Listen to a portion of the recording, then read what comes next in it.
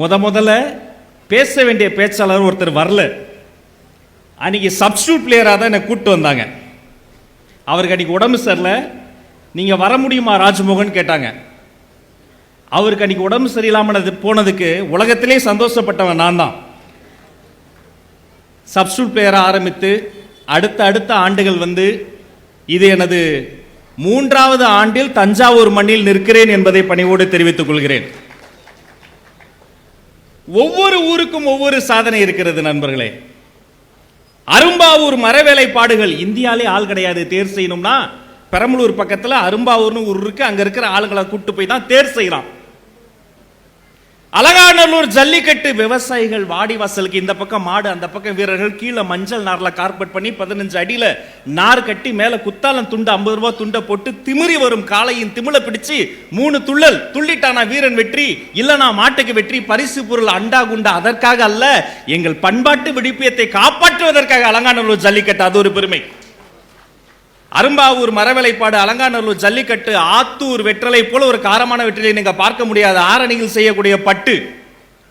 அரும்பாவூர் மரவேலைப்பாடு, அலங்காநல்லூர் ஜல்லிக்கட்டு, ஆத்தூர் வெற்றிலை, ஆரணி பட்டு, கம்பத்து பன்னீர் திராட்சை, கன்னியாகுமரியினுடைய கிராம்பு, உடன்குடியினுடைய கருப்பட்டி, ஊட்டியின் வர்க்கி, ஊத்துக்குழி வெண்ணெய், கோயம்புத்தூர் கோரர் காட்டன், கோவில்பட்டி கடல மிட்டாய், சிறுமலை வாழைப்படம், பழனி பஞ்சாமிர்தம், பத்தமட பாய், பவானி ஜமுக்காலம், வாணியம்பாடி பிரியாணி, விருதுநகர் புரோட்டா, மதுரை மல்லி, மானாமதுரை மண்பாண்டம், திருநெல்வேலி அல்வா, திருநெல்வேலி அருவா. ஒவ்வொரு ஊருக்கும் ஒவ்வொரு பெருமை இருக்குங்க, ஒவ்வொரு சாதனை இருக்கு. அந்த ஊரின் சாதனை அது. ஆனா இந்த ஊர்களின் சாதனைக்கு மத்தியில் எங்க தஞ்சாவூர்ல இருக்கிற பெரிய கோயில் உலகத்தின் சாதனை, உலக சாதனை. உலகத்தில் அது போல எதுவும் இல்லை. சமீபத்தில் நண்பர் தஞ்சை பிரகாஷ் வந்திருக்கிறாங்க. வணக்கம் மகேஷ் வந்து வணக்கம். நல்ல கைத்தட்டல் தரலாம். நம்ம மண்ணின் மைந்தர், அற்புதமான பாடகர், கவிஞர். அதே போல இத்தனை ஆண்டுகள் விடாம நம்முடைய sound system, SK photography camera, நாங்கெல்லாம் மக்கள் மனசுல யூடியூப்ல நிக்கணுங்கிறதுக்காக முழு நிகழ்ச்சியும் நின்று கொண்டே படமாக்கி கொண்டு இருக்கக்கூடிய இந்த கேமரா நண்பர்களுக்கு, அலங்கார விளக்கு வைத்த லைட்மேனுக்கு, சவுண்டுக்கு நல்ல கைத்தட்டல் தாங்க. அவங்க தான், நீங்க தான் நான். இந்த வாட்டி வீடியோ அனுப்பி வச்சிருங்க. எல்லாத்தையும் தாண்டி ஒரு வார நாள்ல வீட்டில் சாப்பிட்டு சீரியல் பாட்டு தூங்குவோம் நினைக்காம அறிவு பசியோடு வந்திருக்கக்கூடிய அருமை அலைக்கடல் தமிழ் கூட்டமே, உங்கள் பாதம் பணிந்து முதல்ல வருக வருகன்னு உங்களை வரவேற்கிறேன். சமீபத்தில் டெல்லியில புதிய பாராளுமன்றம் திறந்தாங்க. அதுல கூட கட்டினவன் பேர் இல்ல, ரிப்பர் வெட்டினவர் பேர் தான் வச்சாங்க. கைத்தட்டி அந்த 2 பேருக்கு மட்டும் நன்றி. உங்களுக்கு புரிஞ்சிருக்கு. உலகத்திலேயே நீங்க எல்லாம் தேடி பார்த்துக்கலாம், நான் ஒன்றும் மிகை சொல்லல. உலகத்திலேயே மண் கொடுத்தவன், தூக்கி வந்தவன், கல் சுமந்தவன், அவர்களுக்கு வேலை பார்த்த நாவிதர், அவர்தம் ஆடைகளை வெளுத்து கொடுத்த உள்ளிகள், அவர்களுக்கு துணையாக நின்றவர்கள், அவர்களுக்கு தண்ணீர் கொடுத்தவர்கள், அவர்களுக்கு பணிவிடை செய்தவர்கள், அவர்களுக்கு உணவு போட்டவர்கள், இவர்கள் அத்தனை பேரையும் அடிக்கல்லில் வைத்த ஒரே மன்னன் ராஜராஜ சோழன். தஞ்சாவூர் அரண்மனையில், தஞ்சாவூர் கோயிலில் இன்னமும் இருக்கு, நீங்க பார்த்துக்கலாம். உலகத்திலேயே 1000 ஏரிகளை கட்டி அது உள்ளார குமிழி தூம்பு இன்னமும் இருக்கு. கூகுள் பண்ணா குழந்தைகளுக்கு தெரியும். குமிழி தூம்பு, அதுல ஒரு சேரோடி, ஒரு நீரோடி. சேரோடு என்ன, நீரோடு என்ன? நீர் அதிகமாக இருக்கும் போது நீர் அது வழியா வயல்வெளிக்கு ஓடும், அது நீரோடி. அந்த வண்டல் மண் இருக்கு பாருங்க, அது வயலுக்கு போக கூடாது, அது சேரோடி. அந்த குமிழி தூம்பு மேல ஒரு கல்வெட்டு, அந்த கல்வெட்டுல ஒரு வாசகம். இந்த பாதையா போகக்கூடியவங்க யாராவனா இருக்கலாம், ஒரு வழிபோக்கரா இருக்கலாம். ஒரு வழிபோக்கர் இந்த பாதையா போகக்கூடியவர் குமிழி தூம்பை நீங்க சுத்தம் பண்ணீங்கன்னா, சொல்றது யாரு? ராஜராஜ சோழன். ஒரு வழிபோக்கராக போகக்கூடிய யாரோ ஒருத்தர், யாராவனா இருக்கலாம், ஒரு யாசகரா கூட இருக்கலாம், அவர் இந்த குமிழி தும்ப சுத்தம் பண்ணி இந்த ஏரியை காப்பாத்துறீங்கன்னா, அவருடைய பாதத்தை தூக்கி ராஜராஜ சோழன் ஆகிய நான் என் தலையில் வைத்து வணங்குவேன் சொன்ன ஒரே மன்னன், தமிழ் மன்னன் ராஜராஜன் மட்டும்தான். சிவபாத சேகரம்னு அவருக்கு பேரு. சிவனின் பாதத்தை தலையை வைக்கிறவர் என்ன சொல்றாரு? நல்ல நிர்வாகம் பண்ணக்கூடியவங்க யாரோ அவங்க பாதத்தை தூக்கி தலையில் வைப்பேன்னு சொல்றாரு. நான் பார்த்த வரையில் மிக சிறந்த நிர்வாகத்தை தந்திருக்கக்கூடிய இந்த தஞ்சாவூர் மாவட்ட நிர்வாகத்தினுடைய மொத்த நிர்வாகத்தினுடைய பாதத்தை தூக்கி என் தலையில் வச்சு நன்றி சொல்றேன். நீங்க நல்லா இருக்கணும், உங்க குடும்பம்லாம் நல்லா இருக்கணும். ஆண்டுதோறும் இதே மாதிரி சிறப்பாக நீங்க விழாக்கள் செய்யணும். பேச்சில் 4 வகை இருக்கின்றன. ஒன்று, குறிப்புகள் தயார் செய்துவிட்டு அதை பார்த்து பேசுவது. குழந்தைகள் அப்படிதான் நாங்க பேசணும். 2, குறிப்புகளை தயார் செய்துவிட்டு அதை பார்க்காமலே பேசுவது. பட்டிமன்றத்தில் விஜய் டிவியில் நான் ஒவ்வொரு பண்டிகையிலும் பேசுறேன், பார்க்காம தான் பேசுவேன். 3, குறிப்புகளே தேவையில்லை, நடுராத்திரி 4 மணிக்கு எழுப்பி விட்டாலும் பேசுவேன். சில பேர்லாம் கலைப்பே இல்லாமல் பேசுவாங்க, நான்லாம் தலைப்பே இல்லாமல் 1 மணி நேரம் பேசுவேன். முதல் வகை குறிப்புகளை எடுத்து பார்த்து பேசுவது. 2வது வகை குறிப்புகளை எடுத்து பார்க்காமல் பேசுவது. 3ஆம் வகை குறிப்புகளை தேவையில்லை, அப்படியே பேசுவது. 4ஆவதாக ஒரு நிலை இருக்கிறது. என்ன தெரியுமா? ஒரு பேச்சாளர் பேசுவார், அவர் பேசுவதை கேட்டுக்கொண்டிருக்கிற மக்கள் குறிப்பெடுத்துக் கொள்வார்கள். அப்படிப்பட்ட அற்புதமான பேச்சாளர்கள் அண்ணன் அருள் பிரகாஷ், புதுகை பாரதி 2 பேருக்கு நல்ல கைத்தட்டல் தாங்க. அவர் பேச்சை கேட்டு வளர்ந்தவங்கெல்லாம், அந்த அம்மா பேச்சை கேட்டு அசந்தவங்கல்ல நானும் ஒருவன் என்பதை பணிவோடு இந்த மேடையில் சொல்லிக்கிறேன். அதே போல எந்த ஒரு நல்ல காரியத்திற்கும் இந்த நிர்வாகத்திற்கு துணையாக இருக்கக்கூடிய நம்முடைய யாகப்பா பன்னாட்டு பள்ளியினுடைய முதல்வர், குடும்பத்தார், அவர்களுக்கும் நல்ல கைத்தட்டல் நீங்க தந்தே ஆகணும். இதெல்லாம் ப்ராஃபிட் லிஸ்ட்ல வராது, ஆடிட்டிங்ல புண்ணிய லிஸ்ட்ல தான் வரும். Thank you so much. வாசிப்பை நேசிப்போம். இங்க யாராவது ஒருத்தங்க, ஒரு பெண்மணி சொல்லுங்க, உங்களுக்கு 1 கோடி ரூபாய் கிடைச்சா நீங்க என்ன பண்ணுவீங்க? லேடிஸ் ஒன்லி, யாராவது பதில் சொல்லலாம். 1 கோடி ரூபாய் இப்ப கொடுத்தா என்ன பண்ணுவீங்க? தெரியும், ஆனா எப்படி சொல்றதுன்னு தெரியல. தெரியும், யார் ஃபர்ஸ்ட் சொல்றதுன்னு தெரியல. சும்மா சொல்லலாம். யாராவது ஒரு பெண்மணி 1 கோடி ரூபாய் ஏழை மக்கள், இதே தெய்வமே 1 கோடி ரூபாய் எனது கையில் கிடைத்தால் 1 கோடி ரூபாய்க்கும் புத்தகங்கள் வாங்கி நூலகம் கட்டுவேன் சொன்னது மகாத்மா காந்தியடிகள். ஒரு தனித்தீவில் தள்ளப்பட்டால் என்ன செய்வீர்கள்? தனித்தீவில் தள்ளப்பட்டால் அந்த தனித்தீவில் இருக்கின்ற எல்லா நாட்களும் புத்தகம் வாசித்துக் கொண்டிருப்பேன் சொன்னது பண்டிதர் நேரு. பெண்களின் கைகளில் கரண்டி இருக்கிறதே, கரண்டியை பிடுங்கு, புத்தகத்தை கொடு சொன்னது பகுத்தறிவு பகலவன் தந்தை பெரியார். விடிந்தால் சத்திர சிகிச்சை. நான் வாசித்துக் கொண்டிருக்கிற இந்த புத்தகம் இன்னும் வாசித்து முடிக்கப்படவில்லை என்பதற்காக தனது அறுவை சிகிச்சையை அடுத்த வாரம் தள்ளி வைத்த ஒரே ஒப்பற்ற தலைவன் தென்னாட்டு பெர்னாட்சா பேரறிஞர் அண்ணா. தூக்கில் தொங்குகிற முதல் நிமிடம் வரைக்கும் ஒரு புத்தகத்தை படித்துக் கொண்டிருந்த ஒரே மாவீரன் பகத்சிங். புத்தகங்கள் எல்லாம் இதெல்லாம் இந்தியாவுக்குள்ள. இப்ப நான் இந்தியாவை தாண்டி வெளியில வரேன். இங்க இருக்கிற இளைஞர்களுக்கு இந்த கூட்டத்தில் நான் சொல்லக்கூடிய ஒரு கல்வெட்டு வாக்கியம் இதை மனசுல நிறுத்துங்க. புரட்சியின் பாதையில் கை துப்பாக்கிகளை விட வலிமையான ஆயுதம் எது தெரியுமா? புத்தகங்கள் சொன்னது லெனின். நீங்க வாழ்க்கையில தம்பிகளே, உப்பு இல்லாம கூட இருக்கலாம், நட்பு இல்லாம யாருமே இருக்க முடியாது. கடவுளுக்கே கிடைக்காத வரம். கடவுளுக்கு தாய் உண்டு, தந்தை உண்டு, மகன் உண்டு, மகள் உண்டு, எல்லாம் உண்டு. நண்பன் ஒண்ணு கடவுளுக்கே கிடையாது. மனுஷப்பைய நமக்கு தான் இருக்கான். கை தட்டாதவங்களா அந்த நண்பனால பாதிக்கப்பட்டவங்க. சில பேர் எப்படி இருக்கானே தெரியாது, சில பேர் ஏன் இருக்கானே தெரியாது. சில பேர் நல்ல விஷயங்களை கத்து தருவான், சில பேர் அவனாலதான் வாழ்க்கையில எல்லா கெட்ட விஷயங்களும் நம்ம பழக்குவோம். பிறக்கும் போது எந்த குழந்தையாவது கெட்ட விஷயத்தோட பிறக்கதா இல்ல. நண்பன் ஒருத்தன் நடுவுல வருவான். அவன் தான் ஃபர்ஸ்ட் என்ன சொல்லுவான்? இந்தாடா வச்சு இழுத்துப்பாரு. ஏய் வேணாண்டா, எங்க அப்பா திட்டுவாரு. இழுடா ஒன்னும் ஆகாது.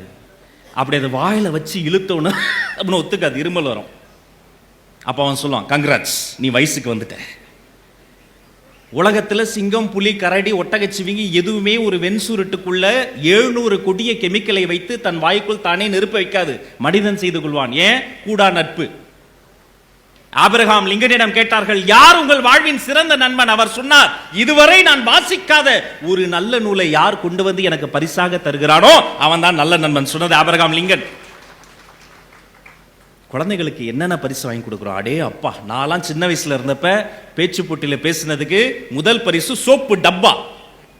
இங்க இளம் எழுத்தாளர்னு ஒரு குழந்தை பரிசு வாங்கிச்சு. என்னம்மா, யார் தலைப்பில் எழுதின? பேரறிஞர் அண்ணான்னு சொல்லிச்சு. நெஞ்சு குளிர்ந்துருச்சு. பணப்பரிசு கொடுத்தாங்க. நல்லா கை தட்டுங்க. இந்த மாதிரி இன்னும் நிறைய பரிசு தரணும். இந்த குழந்தைகளுக்கு கரடி பொம்மையை நாம நிறைய வாங்கி தரோம். டெட்டி பேர்னா அதானங்க கரடி.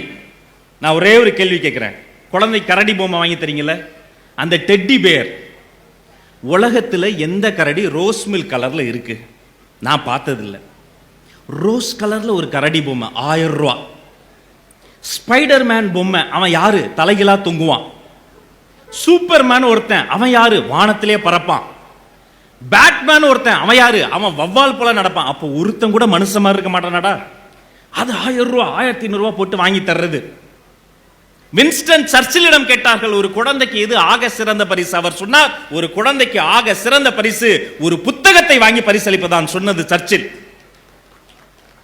ஆல்பர்ட் ஐன்ஸ்டீன், உலகத்தை புரட்டி போட்ட மாபெரும் மனித மூளை, ஐன்ஸ்டீன் சொல்றாரு, if you want your kids to be intelligent, உங்கள் குழந்தைகள் புத்திஜீவியாக இருக்க வேண்டுமா, start gifting them fairy tales, அவர்களுக்கு கதைகள் புத்தகத்தை வாங்கி பரிசளியுங்கள். when there is imagination, ஒரு குழந்தைக்கு கற்பனை உணர்ச்சி வந்து விட்டால் there comes intelligence, ஒரு குழந்தைக்கு கற்பனை உணர்ச்சி வந்து விட்டால் அந்த குழந்தைக்கு சிந்திக்கும் சிந்தனை வந்து விடுகிறது. சிந்தனை வந்து விட்டால் அறிவு வந்து விடுகிறது. அறிவு வந்து விட்டால் ஞானம் வந்து விடுகிறது.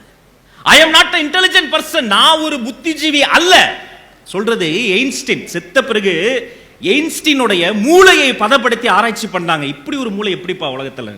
அவரு சொல்றார், நான் புத்திஜீவி அல்ல, I am just passionately curious, நான் வெறித்தனமான ஆர்வக்கோளாறுன்றார்.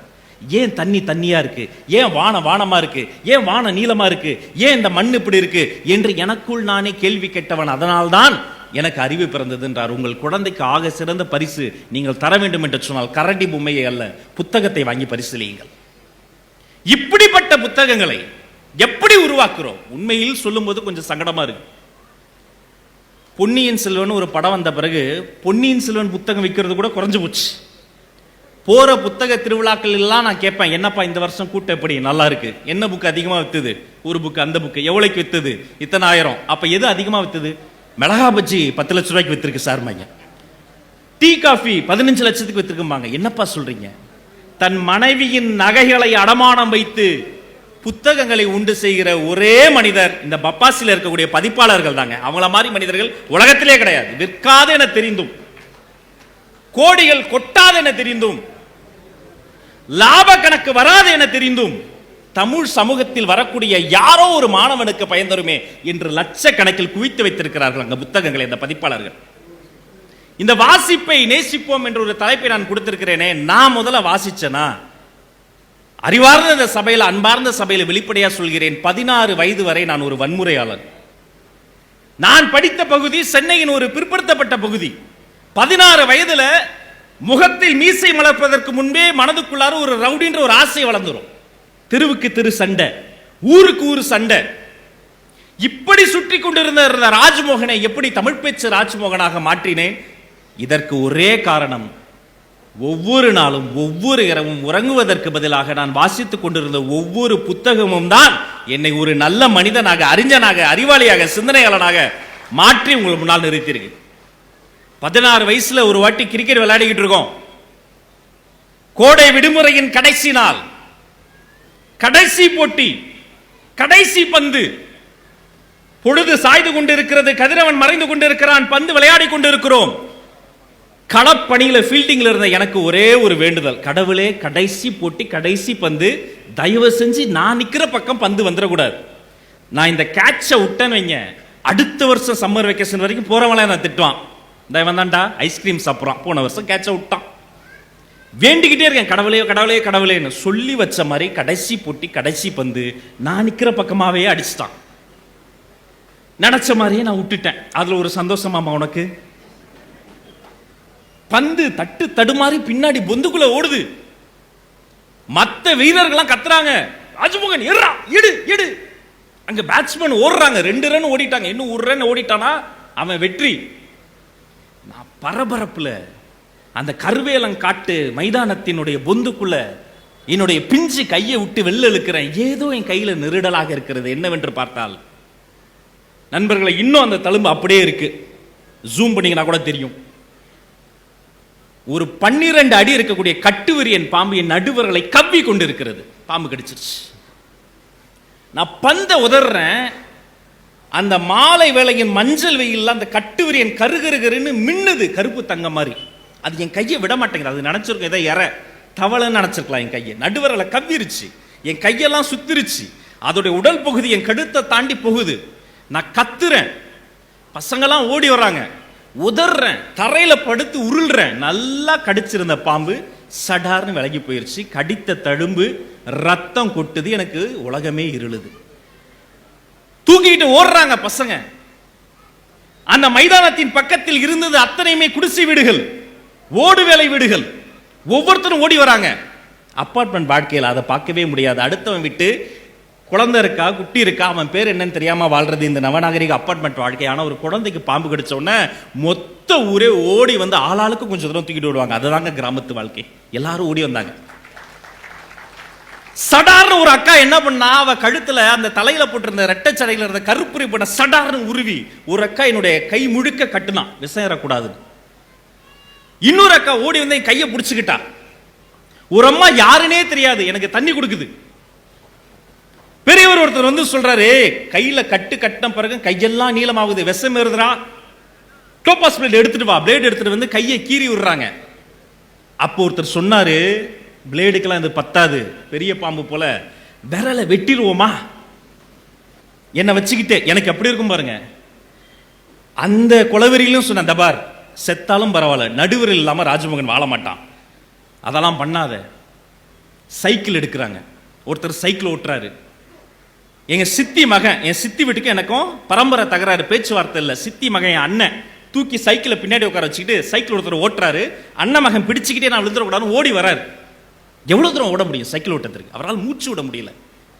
சட்டையை பிச்சுக்கிட்டு இந்த நாடோடிகள் படத்துல சசிகுமார் ஓடுவார் பாருங்க, நிறுத்தாத ஓடு ஓடு ஓடு ஓடுன்னு ஓட்டிக்கிட்டே போறாங்க. ஒருத்தர் சைக்கிள் ஓட்ட நான் பிடிச்சுக்க. 25 நிமிடம் சைக்கிள் ஓட்ட இங்கிருந்து ஒரு சின்ன மருத்துவமனைன்னு சொல்ல முடியாது, ஒரு ஒத்த ரூமு.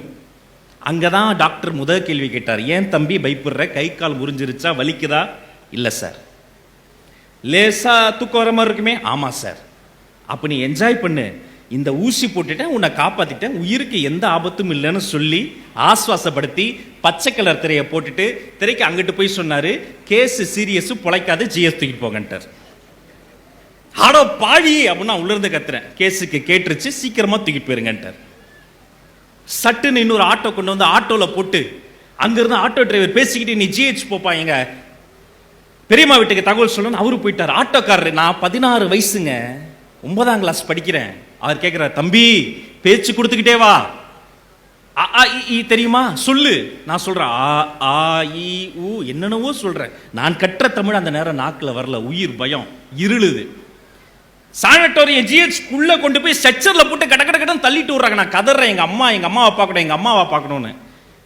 நான் இருந்த சானிட்டோரியத்துல இருந்து 10 கிலோமீட்டர் தள்ளி பல்லாவரத்துல இரவு சாப்பாடுக்கு காய்கறி வெட்டி கொண்டு இருந்த என் தாய்க்கு தகவல் போது, ஐயோ என் பிள்ளைன்னு கத்தி என் தக்காளியும் வெங்காயம் தூக்கி வாரிட்டு செருப்பு போடாத காலோடு அன்று ஓட ஆரம்பித்து தரையில் ஓடி, சாலையில் ஓடி, தார் சாலையில் ஓடி, தார் சாலையிலே ஓடினால் நேரமாகும்னு ரயில்வே தண்டவாளத்தில் ஓடி, கருங்கற்கள் நிறைந்த தண்டவாளத்தில் ஓடோடி வந்து ஹாஸ்பிட்டல் பக்கத்துல ஒரு பொம்பளை இப்படி ஓடுறாங்களே நினைச்சு ஒரு ஆட்டோக்காரர் வந்தப்ப என்ன ஹாஸ்பிட்டல்ல சேர்த்திருப்பா, எவ்வளவு வேணா காசு தரேன், என் பிள்ளைய பாம்பு கடிச்சிருச்சுன்னு சொல்லி ஆட்டோல ஏறி அப்படியே இறங்கி ஐசியூ உள்ளார என்ன அழைத்து செல்கிற நொடி என் பேரை சொல்லி, ஐயோ மகனே நான் கொடுத்த பாலெல்லாம் ரத்தமா கொட்டதே சாமின்னு அம்மா கத்த எழுந்து நின்று அம்மாவை பார்த்த நொடி நான் நம்பிட்டேன், நான் பொழைச்சிருவேன், தெய்வத்தை பார்த்துட்டு நான் பொழைச்சிருவேன், ஐசியூ உள்ளார போனேன்.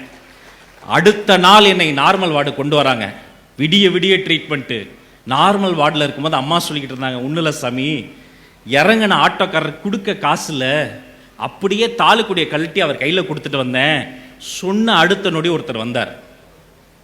அவர் சொன்னார், நான் தாம்மா அந்த ஆட்டோக்காரரு, பிள்ளை உசுறு தான் முக்கியம்னு கழுத்தில் கடந்த 10 சவரன் சங்கிலியை கொடுத்துட்டு போறிய, நீ தெய்வமா? இது எனக்கு வேண்டாமா, எனக்கு காசு எப்படி வேணா வரும்னு கையில் கூட திரும்ப போயிட்டார். 10 சவரன் சங்கிலியை திருப்பி கொண்டு வந்து கொடுத்திய, நீ மனுஷனே இல்லை, நீ தெய்வம் யார்? நாங்கள் மனசில் நினைச்சு கும்பிட்டுக்கிட்டோம். அந்த ஒரு சம்பவத்தில் என்னை உயிரை காப்பாற்றி அதன் பிறகு மைதானத்திற்கு செல்வதை நான் நிறுத்திட்டேன். ஆனா ஓராண்டு காலம் நான் பட்ட துன்பம், இரவில் தூங்க முடியாது. யாரோ ஒருவர் பாம்பை பற்றி பேசினால் கால்களை எடுத்து சேருக்கு மேல சம்மணம் போட்டு அமர்ந்துக்குவோம், பயம் இங்க பாம்பு வந்துடும். 16 வயது வரை ஒவ்வொரு ஊருக்கும் அடிதடிக்கு போவேன், பஞ்சாயத்துக்கு போய்விட மாட்டேன், போலீஸ்க்கு போயிட மாட்டேன். 16 வயதில் இந்த சம்பவத்துக்கு பிறகு பாத்ரூம் போக பயந்தேன், குளிக்கிறதுக்கு பயந்தேன். பாத்ரூம் குள்ள போனா சுத்தி முத்தி பார்ப்பேன், எங்கேயாவது பாம்பு இருக்கும். தூங்குங்க 365 இரவுகள், ஒவ்வொரு இரவும் தூங்கும் போது சரியா 4 முறை திடுக்கிட்டு எந்திரிப்பேன். அப்பா சத்தம் போடுவார், சும்மா தூங்குடா அப்படின்னு. ஆனா நான் திடுக்கிட்டு எழுந்துட்டு இருக்கிற ஒவ்வொரு முறையும் கையில திருநீர் தட்டை வச்சுக்கிட்டு ஒண்ணு இல்ல தம்பி தூங்குன்னு அம்மா முழிச்சுக்கிட்டே இருந்தாங்க. ஓராண்டு காலம் என் அம்மா இரவுல தூங்காம இருந்தாங்க. அந்த ஓராண்டு கால முடிவில் அந்த சித்திரவதையிலிருந்து விடுபட எனக்கு வழி தெரியல. வேறு வழியே இல்லாமல் என் சிலுவைகளை இறக்குவதற்காக நான் கண்டுபிடித்த கல்குவாரி, நான் கண்டுபிடித்த கல்வாரி மலைதான் நூலகம். நூலகத்துக்குள்ள போனேன். இங்க பாம்பு வருவதற்கான வாய்ப்பில்லை, ரத்தம் சிந்த தேவையில்லை, வன்முறை வெறியாட்டம் கிடையவே கிடையாது. நூலகத்தில் யார் பேசினார்கள்? என்னோட புதுமை பித்தன் பேசினார், மௌனி பேசினார், லாசாரா பேசினார், ஜி நாகராஜன் பேசினார், அசோகமித்திரன் பேசினார், சுந்தர ராமசாமி பேசினார், இஸ்லாமகிருஷ்ணன் பேசினார், ஜெயமோகன் பேசினார், சாரியம் வேத்தா பேசினார், வைரமுத்து பேசினார், மனுஷபுத்திரன் பேசினார். மனிதர்களோடு பேசுவதை நிறுத்திவிட்டு புத்தகங்களை வாசிக்க ஆரம்பித்தேன். அப்போதுதான் தெரிந்தது, அணுகுண்டு கூட ஒரு முறை தான் வெடிக்கும், புத்தகம் மட்டும் தான் புரட்டும் போதெல்லாம் வெடிக்கும் என்பதை நான் புரிந்து கொண்டேன். நண்பர்களே, புதுமை பித்தனை போல ஒரு எழுத்தாளரை பார்க்க முடியுமா? புதுமை பித்தன் என்பவர் தாசில்தார் பரம்பரை. அவங்க அப்பா, தாத்தா, கொள்ளு தாத்தா 5 தலைமுறையா அவங்க தாசில்தார். தெரிஞ்சுக்கங்க, 5 தலைமுறை தாசில்தார். வெள்ளக்காரன் காலத்துல இருந்து அவரு தாசில்தார் ஆகிறது எவ்வளவு சுலபம், அவரே ஆகல. தன் கடைசி மூச்சு வரை சிறுகதை என்ற ஒரு வடிவத்தை எழுதி அதற்காகவே காசு நோய் வந்து தன் மொத்த வாழ்வையும் கொடுத்து விட்டு கடவுளை அழைத்து வந்து கந்தசாமியோடு பேச வைத்த புதுமை பித்தன் கடைசியில் காசு நோயோடு பேச முடியாமல் மௌனித்து செத்து போனார். அவர் எழுதி குவித்த அந்த கதைகள் இன்னும் பத்திரமாக இருக்கின்றன. காற்று லேசாக அந்த புத்தகங்கள் அப்படியே அசையும் போது காத்துல ஆடுதுன்னு சொல்லாதீங்க. எடுத்து படிக்க போகிற புதிய வாசகர்கள் உங்களை நினைத்து புத்தகம் தனக்குத்தானே கைத்தட்டி கொள்கிறது. நண்பர்களே, நீங்க வந்து படிக்கணும்னு காத்திருக்கு. இவரு பரவாயில்ல, இன்னொருத்தர் இருக்கார், பேர் மௌனி. அவர் மொத்தம் வாழ்க்கையில் எழுதியதே 24 கதைகள் தான், 2 கட்டுரைகள் தான். கதைகளின் உள்ளே கதையே இருக்காது, எந்த கதாபாத்திரத்துக்கும் பேரே இருக்காது. அவன், அவள், இவன், இவள், அவ்வளவுதான். ஆனா அவரு அந்த கதைகளுக்குள்ளே சொன்ன கேட்ட கேள்விகள் ரொம்ப பெருசு. எல்லாவற்றையும் கண்களை கொண்டு பார்க்கிறோமே, இந்த கண் தன்னைத்தானே கண்ணாடி துணையின்றி ஒரு கண் தன்னைத்தானே பார்க்க முடியுமா? கேள்வி கேட்கிறார். தத்துவ விசார். மனசுக்கு எங்கயா கண் இருக்கு? உடம்புக்கு கண் இருக்கு, இந்த மனசுக்கு எங்க கண் இருக்கு? மனசுக்கு கண் நினைவோடை. இந்த நினைவுகள் ஓடை போல ஓடிக்கிட்டே இருக்கும். இதுதான்டா மனசின் கண்ணுன்ற. லாசாரா ஒரு பக்கம், ஜி நாகராஜன் யாரும் பேசாத பொருளை எடுத்து பேசியவர் அவர் ஒரு பக்கம், சுந்தர ராமசாமி புளிய மரத்தின் கதையை படிச்ச நாள், ஜெயகாந்தனை போல ஒரு எழுத்தாளர் இந்திய துணைக்கண்டத்தில் எங்குமே பிறந்ததில்லை, தமிழ்நாட்டில் மட்டும்தான் முறுக்கு மிசையோடு தன் எழுத்திலும் முறுக்காகவே வாழ்ந்து காட்டிய ஒரு மாமனிதன். இத்தனை கதைகள் ஏன் எழுதி வச்சோம்? ஏன் இதெல்லாம் திரும்ப திரும்ப படிக்க சொல்றாங்க? நீங்க யோசிக்கலாம், ஒரு கதை என்ன செய்து விடும்? நான் சொல்றத கொஞ்சம் அப்படியே யோசிச்சு பாருங்க. பாலைவனத்துல, அனல் தகிக்கக்கூடிய பாலைவன தேசத்துல ஒரு இளவரசன் இருக்கான். சின்ன வயசுல அவங்க அப்பா போர்ல செத்து போயிடுறாரு. இளவரசன் கண் முன்னே அவனுடைய தாய் ஒரு தவறான பாதையில போயிடுறாங்க. இளவரசனுடைய சைல்டுஹுட், பால்ய காலம் காயப்பட்டு விடுகிறது. பெண்கள் என்றாலே தவறானவர்கள் என்று அவன் நினைக்க துவங்குகிறான். அவன் வளர்கிறான். இளவரசன் மன்னராக அல்ல, ஒரு கொடுங்கோலனாக முடிசூடுகிறான். பெரிய குடும்பங்க நடந்தது. ஒரு முடிவு எடுக்கிறான். என்ன தெரியுமா? தினம் ஒரு பெண்ணை திருமணம் செய்து அடுத்த நாள் விடியும் போது அந்த பெண்ணை கொலை செய்வது. இப்படி ஒரு திட்டத்தை கொண்டு வரான். அந்த ஊருக்கு துக்கம் ஒரு மேகத்தை போல சூழ்ந்து நின்று கவிகிறது. தினம் ஒரு பெண்ணை திருமணம் செய்கிறான், அடுத்த நாள் அந்த பெண்ணை படுகொலை செய்கிறான். கேட்பார் இல்லை, புத்திமதி சொல்வார் இல்லை. அந்த நிலையில் அவனுடைய மந்திரியினுடைய மகள் இந்த மன்னரின் கண்ணில் பட்டு விடுகிறது. ராஜா கட்டளை போடுறார், மந்திரி இன்றைய நாள் உன்னுடைய பொண்ணை தான் கல்யாணம் பண்ண போறான். அந்த ராஜா சொன்னதை கேட்டு மந்திரிக்கு கவலை, ஊருக்கு கவலை. படிச்ச பொண்ணு, அன்பான பொண்ணு, அறிவான பொண்ணு, அழகான பொண்ணு, அதை போல ஒரு பொண்ணை அநியாயமா இந்த மிருகத்துக்கு நாம பலியாக்க போறோமே. அந்த பொண்ணு கவலைப்படலை. அந்த பொண்ணு கவலைப்படலை. என்ன தெரியுமா சொன்னா? நான் பாத்துக்கிறேன்ப்பா, நான் பாத்துக்கிறேன். திருமணம் முடிகிறது. அன்றைய இரவு அந்தபுரத்தின் உள்ளே அந்த ராஜா உள்ள போறார். அந்த பொண்ணு வேற எங்கேயோ வேடிக்கை பார்த்துக்கிட்டு அப்படியே வானத்தை பார்த்துட்டு உட்கார்ந்துருக்கு. ராஜா கேட்கிற, என்ன பயமா, கவலையா இருக்கா? அதுக்கு அந்த பொண்ணு சொன்னா, இல்ல, ஒவ்வொரு நாளும் ஒவ்வொரு இரவும் என்னுடைய தங்கச்சி பாப்பாக்கு நான் ஒரு நீதி கதை சொல்லி தான் தூங்க வைப்பேன். இன்னைக்கு நான் இங்க வந்துட்டேன், பாப்பாக்கு யாரு கதை சொல்லியிருப்பா, அதுக்கு தூக்கம் வராம கஷ்டப்படுமேன்ட்டு. இவர் யோசிக்கிற, என்னது கதை கேட்டா தூக்கம் வருமா? என்ன கதை விடுறியா? இல்ல ராஜா, உண்மையிலேயே நீதி கதை கேட்டால் அற்புதமா தூக்கம் வரும். நான் எத்தனை நாள் தூங்காம தானே கஷ்டப்பட்டேன், எங்கே ஒரு நீதி கதையை சொல்லு என்று அவர் சொன்ன உடனே அப்படி அவள் ஒரு நாள் கதை சொல்ல தொடங்குறார். அப்படி அவள் சொல்ல ஆரம்பித்த கதை தான் அலிபாபாவும் 40 திருடர்களும். நேரம் செல்கிறது, 40 திருடர்கள் வருகிறார்கள், பொக்கிஷ அறை இருக்கிறது, உள்ளே அலிபாபா செல்கிறான், வெளியே வந்துடுகிறான், வெளியே மறுபடியும் செல்கிறான், வெளியே வர முடியவில்லை, பாஸ்வேர்டு வேலை செய்யவில்லை. ராஜா அப்படியே சீட்டு நுனிக்கு வந்துட்டார். அப்புறம் விடிஞ்சிருச்சு, எனக்கு நைட் ஆனாதான் கதை சொல்ல பிடிக்கும், குட் நைட். அவன் தூங்கிட்டான். ராஜாவுக்கு கையும் உடல காலும் உடல, காத்திருக்கிறார். கதையின் சுவாரஸ்யம். அடுத்த நாள் இரவு வருகிறது. சொல்லு சொல்லு, இப்ப கதையை சொல்லு. கண்டினியூ பண்ற அலிபாபாவும் 40 திருடர்களும் சுபம் போட்டு முடிச்சிட்டாங்கிறது. அலாவுதீனின் அற்புத விளக்கு இன்னொரு கதை இருக்கு, அது உங்களுக்கு தெரியாது. என்னது அலாவுதீனின் அற்புத விளக்கா? என்ன விளக்கு? கேட்டதை கொடுக்குமே, ஜீனி இருக்குமே. எங்கே அந்த கதையை சொல்லு. நண்பர்களே, அந்த கதையும் அதே இரவு. கிளைமேக்ஸ் மட்டும் சொல்லாம தூங்கிடுவா. அடுத்த நாள் அடுத்த நாள் அடுத்த நாள், அப்படி அடுத்த 1000 இரவுகள் அந்த அராபிய பாலைவனத்தில் அவள் சொன்ன நீதி கதைகளை எல்லாம் கேட்டு கேட்டு கேட்டு இறுதியாக 1001வது இரவு அந்த ராஜா சொல்றாரு ராணியிடம், இன்னைக்கு நான் ஒரு கதை சொல்றேன். ஒரு ஊர்ல ஒரு இளவரசன் இருந்தான். அவங்க அப்பா நிலவெறி பிடிச்சு போர் செய்து மாண்டு போனார். அவங்க அம்மா தவறான பாதையில போயிட்டாங்க. அதனால உலகத்தில் இருக்கிற எல்லா பெண்களும் கெட்டவங்க நினைச்சான். ஆனா கதைகளை சொல்லக்கூடிய, நீதியை சொல்லக்கூடிய சிறந்த படைப்பாற்றல் மிக்க ஒரு பெண்மணி அவன் வாழ்க்கையில 1000 கதைகளை சொன்னான். அந்த 1000 கதைகளையும் கேட்டு ஒரு மிருகம் மனிதனாக மாறியது அது நான் தான். அது மட்டும் இல்ல, அவ சொன்ன 1000 கதைகளையும் கல் புத்தகமா மாத்திட்டேன். இதான் ஃபேபிள். இதுதான் 1001 அராபிய இரவுகள்னு ஒரு புத்தகம் உருவான கதை. இந்த இடத்துல தான் நீங்க கைத்தட்டி இருக்கணும். 1001 அராபிய இரவுகள் அந்த புத்தகம் உருவான கதை. ஒரு பெண்மணி ஒவ்வொரு நாளும் ஒரு நீதி கதை சொல்லி ஒரு மிருகத்தை மாத்தி இருக்கிறார். அப்ப நாம மாற மாட்டோமா? கதைகள் என்ன செய்யும்? ஒரு புத்தகம் என்ன செய்யும்? உங்களை உழுக்கும், உங்கள் மனசாட்சியை எழுப்பும். அறம்னு ஒரு சிறுகதை தொகுப்பு இருக்கு, ஜெயமோகன் எழுதியது. அதை வாசித்து விட்டு கண்ணீர் விடாமல் இருக்கவே முடியாது. அதை வாசிக்க வாசிக்க நமக்குள் இருக்கக்கூடிய அந்த ஒரு அற உணர்ச்சி இருக்கு பாருங்க, நம் சட்டையை பிடித்து உழுக்கும். யானை டாக்டர்னு ஒரு கதை இருக்குங்க, அதை படிச்சுட்டு மனிதன் 10 மாதங்களில் ஒரு குழந்தையை பிரசவித்து விடுகிறான். ஒவ்வொரு யானையும் 22 மாதங்கள் தன்னுடைய வயிற்றினுள்ளே ஒரு குட்டியை சுமந்திருக்கும்.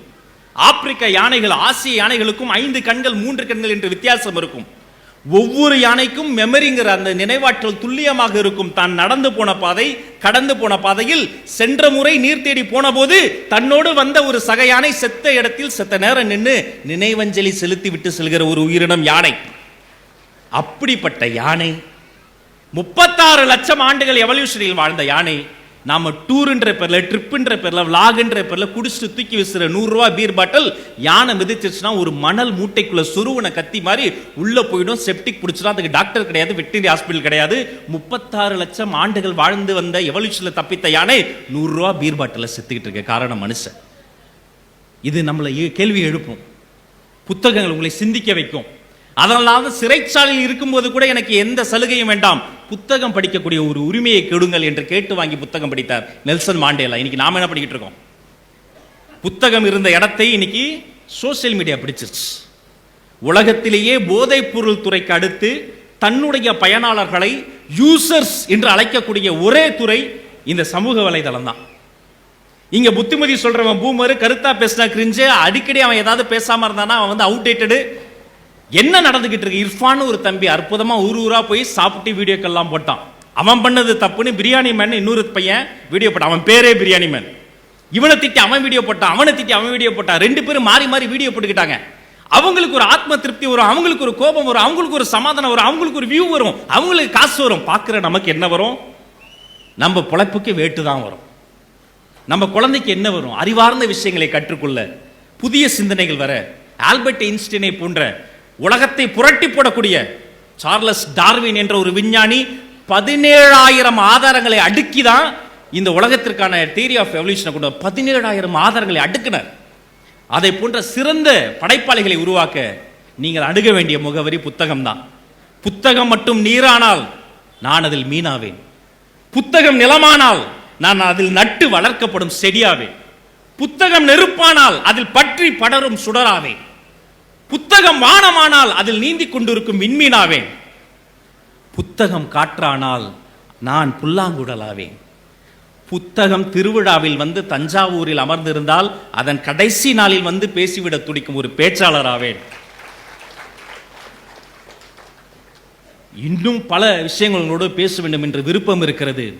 ஆனால் என் கையில் இருப்பது கடிகாரம் தானே தவிர கேலண்டர் அல்ல.